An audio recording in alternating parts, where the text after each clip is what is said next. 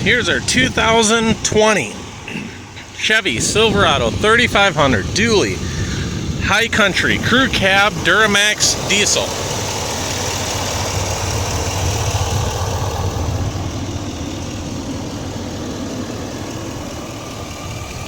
You hear the engine's running great.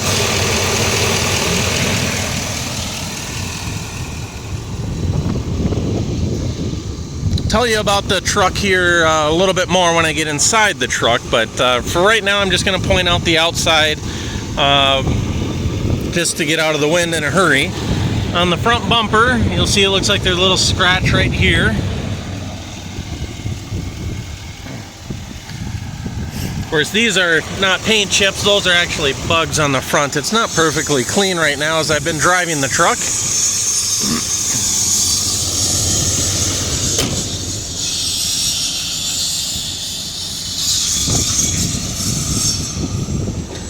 No dings, dents, scratches, or anything like that along those lines over here.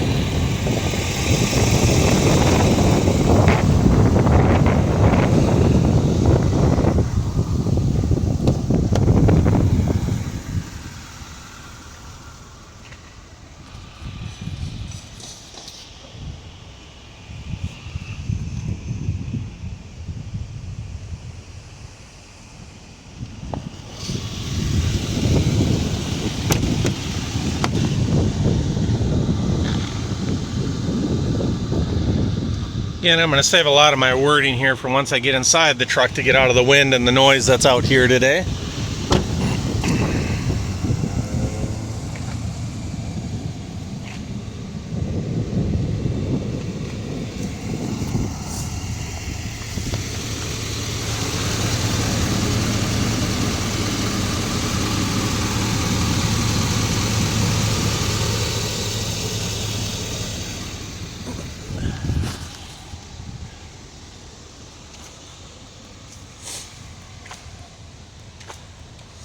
The rear of the bumper, as you can see right down here and here, looks like they backed into something or something happened right there. I don't know what it is. If you look up underneath, there, there's no damage to the tire. These bumpers are actually really flimsy on the newer trucks. But I've looked around. You can buy this bumper in color if you really want this taken care of. You can get this bumper here in color. It's about $550. Depending upon where you live, if you pick it up yourself, it's $550. In other words, if you have it shipped, they usually want another 100 or 2 or so to ship them to you.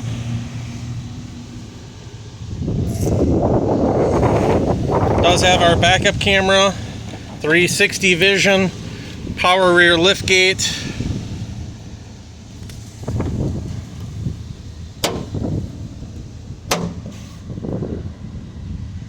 Of course, we do have our bed lights in the corners.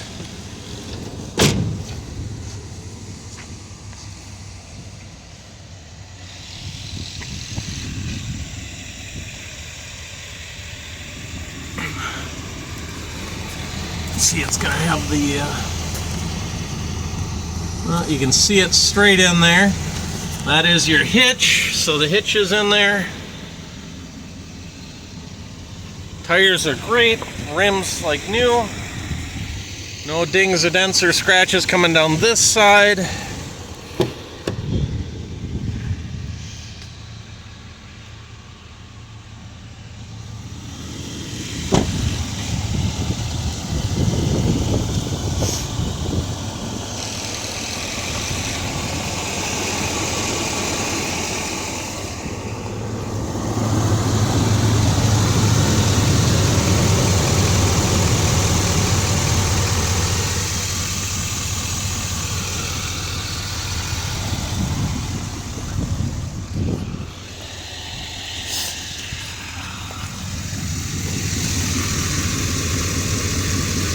And you can see here, somebody did undercoat this truck, so the undercoating is there. You can see it's on the transfer case. That's not mud or anything. Somebody paid to have this truck undercoated.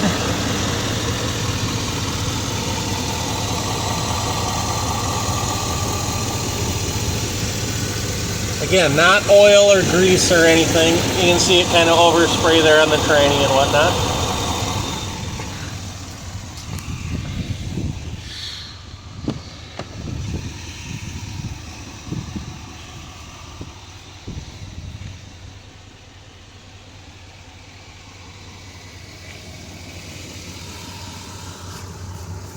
Look up under the seats.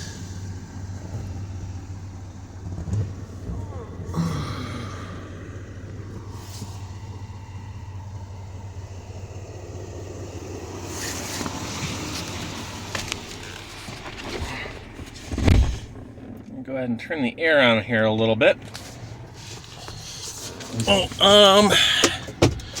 Yes, we do have an owner's manual for this truck. Looks like we do not have a window sticker for it. But it's my understanding this truck here, being a high country, it's going to have every option you can possibly imagine. The only option it doesn't have is a moonroof. But we do have the owner's manual. It's like nothing in that one there. I do have 2 key fobs for this truck.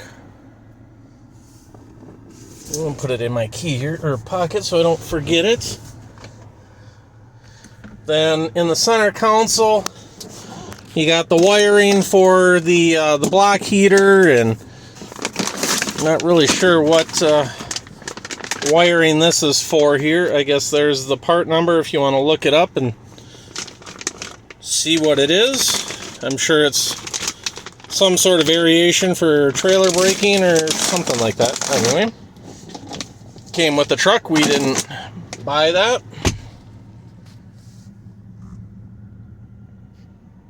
There's got storage in these back seats.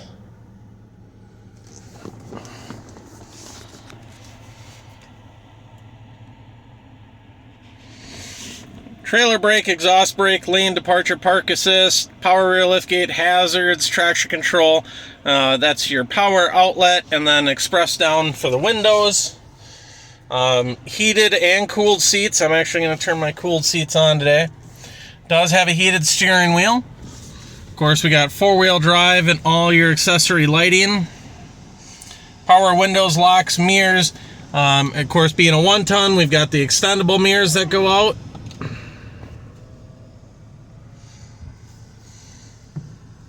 Electric parking brake. Now I'm going to go ahead and put my seatbelt on. I'm going to shut the truck off, open up the door here, just so it clears out everything, kills everything, and then go ahead and do a fresh restart for you. Keep my other hand up here so you know I'm not trying to clear anything on you. So no check engine lights whatsoever. You see it revs up just fine. We got good oil pressure and all. 8,328 miles on it. I've driven this truck. Honestly, I think I've driven it about 200 miles right now. We'll take it out for a little test drive. I think I basically showed you about everything I can show you here in the interior. For the rear camera, it does have the rear camera display there.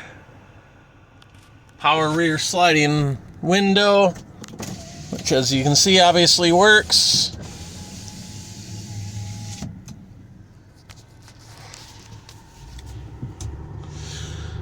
So this is kind of goofy. We bought this truck here in Iowa, and allegedly what had happened was it was actually kind of an error on the insurance company's just so many people trying to fill everything out and all the paperwork, putting the claim through and whatnot. What actually happened was this truck was initially declared as being flood damaged. However, this truck was never flood damaged. There was never any water damage in anything whatsoever. That was not the issue.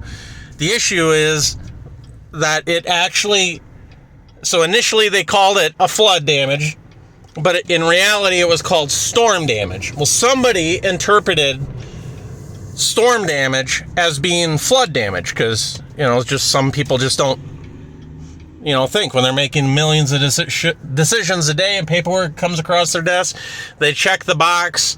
They just assume, since they don't have a check box for storm damage, but they have one for flood damage, they check the box for flood damage because it means the same thing, right? No, it does not mean the same thing. Flood damage obviously means water damage, which, of course, everybody hears stories about what flood damage is or isn't, but we're not here to talk about that today. But ultimately, this truck got initially declared as a flood damaged vehicle because somebody doesn't understand what the difference between storm damage, and which sometimes storm damage is flood damage. But in this case, it was not. What ended up happening is this truck was actually parked near where lightning struck, or it was a power line thing. I believe it was near where lightning struck anyway. So it's my understanding lightning didn't strike the truck directly or anything like that because it really didn't need much whatsoever. But something happened, just the static in the air from the lightning, maybe the lightning struck just a foot away or 10 feet away, or I don't know. I wasn't there when it happened, but lightning struck nearby, not being a direct hit or anything.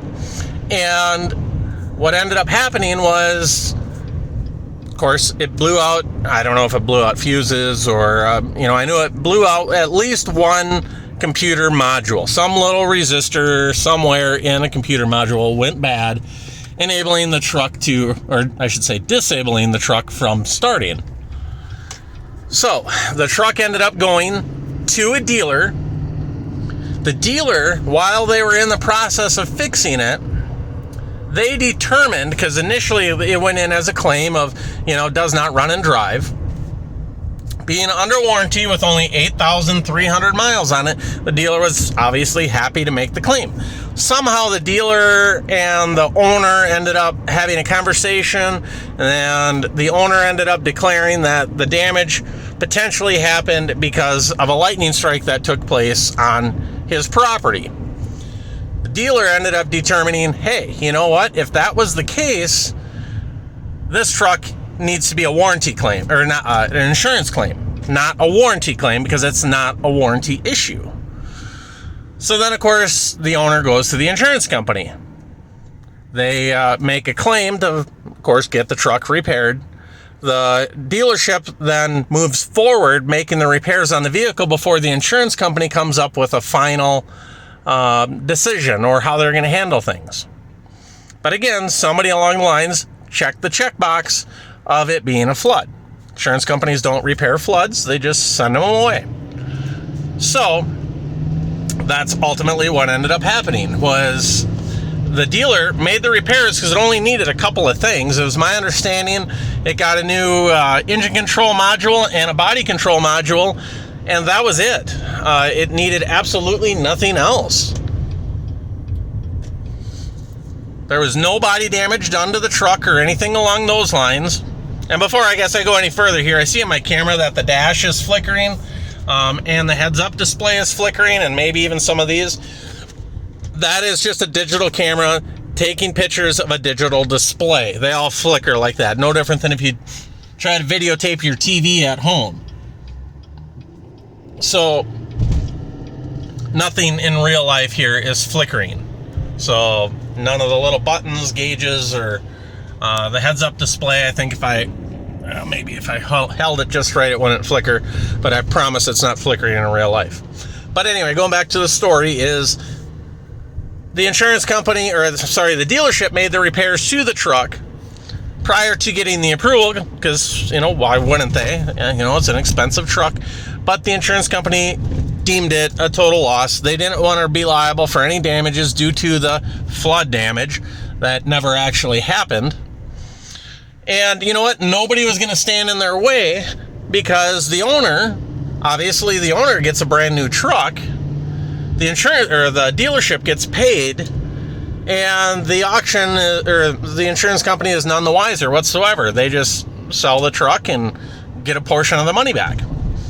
So ultimately, that's kind of the way that rolls. We end up with a lot of these vehicles like this sometimes, and sometimes we get to figure out the story, and sometimes we don't. So in this particular case, we got this truck. It's needed absolutely nothing. We haven't had to do anything to it. Runs, it drives, a couple hundred miles on it. Runs and drives flawlessly. Needs nothing, actually. There's no water in any of the fluids or anything like that. No water ever got in the interior of the truck. It's not a flood truck. However, because the insurance company did the checkbox of the flood, when they don't really understand the difference between flood or storm damage, or somebody wasn't clear on it, or whatever the deal, I do have a Minnesota flood title. However, when I got this truck from Iowa, it came with an Iowa salvage title. I have to transfer it to the state of Minnesota, and Minnesota looks at the history of it because they want to know how come, a truck like this doesn't have any damage, but yet is a salvage. Because we did have this truck inspected by the state of Minnesota. So when Minnesota runs the history check on it, they see that the truck was once deemed as flood loss because the insurance company did that by accident. So ultimately, Minnesota issues me, after it was inspected, they issued me a Minnesota prior salvage flood title. So it does say flood on the title, even though it's not a flood. It was never a flood. And it does say prior salvage, which means the salvage status has been cleared. It's no longer a salvage vehicle. It is currently a prior salvage vehicle, which means title it in your own state. Shouldn't need anything whatsoever for inspections or anything along those lines. Just hop in the truck and go. Needs absolutely nothing.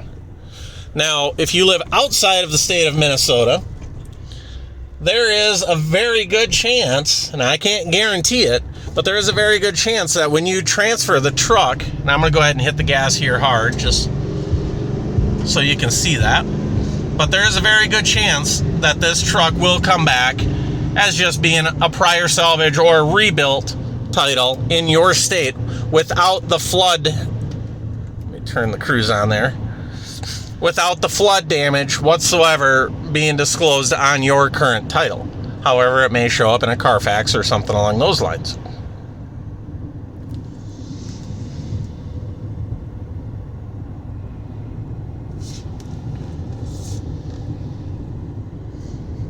Go ahead, let go of the steering wheel. You see I'm not touching it whatsoever. Steering straight. We're going still straight down the center of the road. It doesn't pull, no shimmies, shakes, or anything along those lines. We've been cruising now roughly about 10 minutes or so, and you can see all of our temperatures are fine.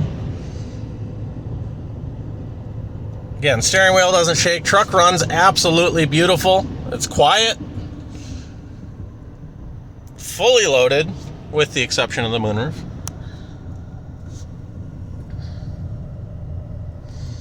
And in case you're wondering, the outside of the truck is actually I believe it's called a frost white. So it's not just a bright white, and it's not that ivory pearl white, but it is a white metallic. So it's not just a straight fleet white.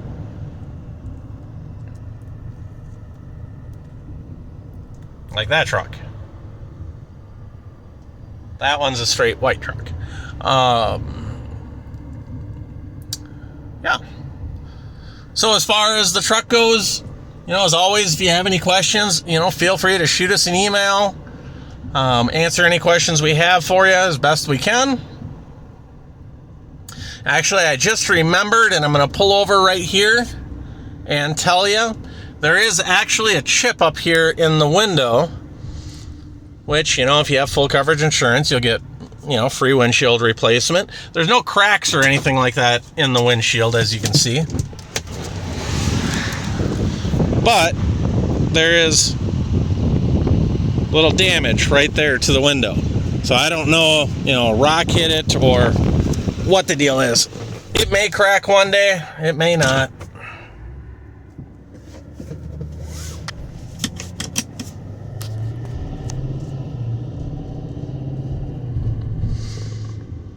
But as of right now, as you can see up there, nothing.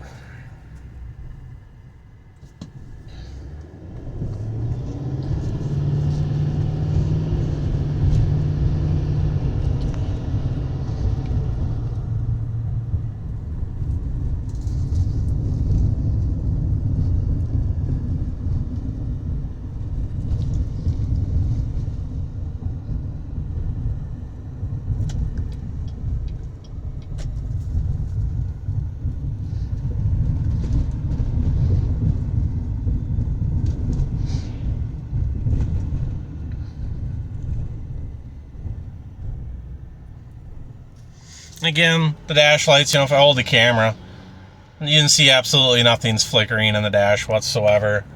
None of this stuff flickers. Unfortunately, I can't get the heads-up display to stop flickering in my camera, but I promise it's not flickering there in real life.